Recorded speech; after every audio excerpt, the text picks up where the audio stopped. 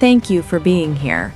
I'd like to share a short excerpt from Forgiving Nero, chapter 26. Nero drove Augustus's triumphal chariot through Rome's streets, his cloak of Greek design and the Olympic crown worn on his head.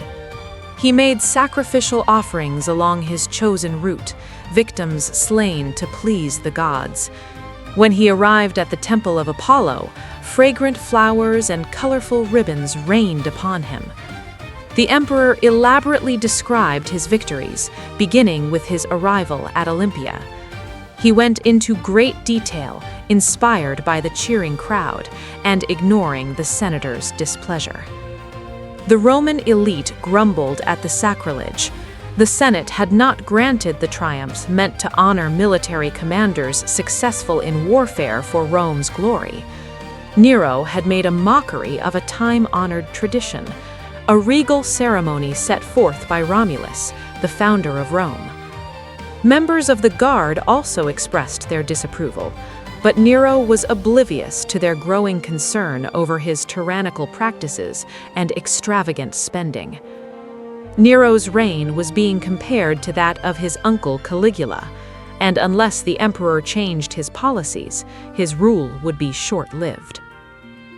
At the end of the ceremonies, Nero returned to his villa at Antium. The coastal city was reminiscent of the time spent at Olympia.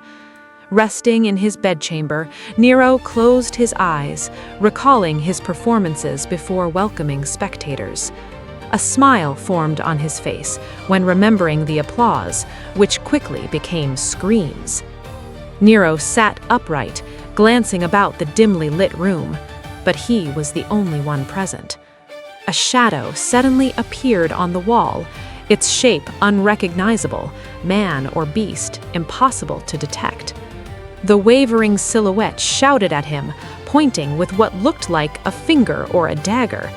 It seemed to be heading towards the bed, causing Nero to back away. His arms reached out, grasping an imaginary sword that fell to the floor. And that's where I'll pause. Thank you for listening to this glimpse of Forgiving Nero. I hope you enjoyed it.